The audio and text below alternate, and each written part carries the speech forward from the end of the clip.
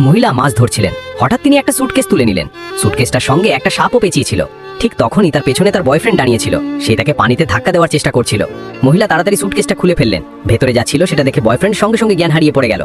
তারপর সাপটা মহিলার সাথে কথা বলে বলল, এই লোকটা তোমাকে পানিতে ধাক্কা দিতে যাচ্ছিল। এটা শুনে মহিলার প্রচন্ড রাগ হলো। তিনি তার বয়ফ্রেন্ডকে জোরে ধোলাই করলেন। কিছুক্ষণ পরে মহিলা পুলিশকে ডাকলেন।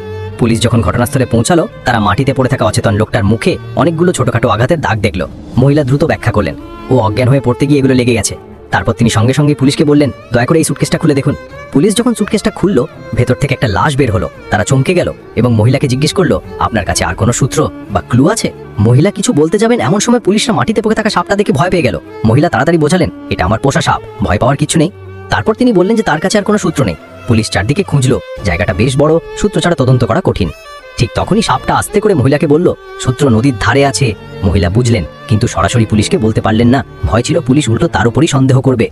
তাই তিনি শুধু ইশারায় বললেন, পুলিশ যেন নদীর পাশেও খোঁজ করে।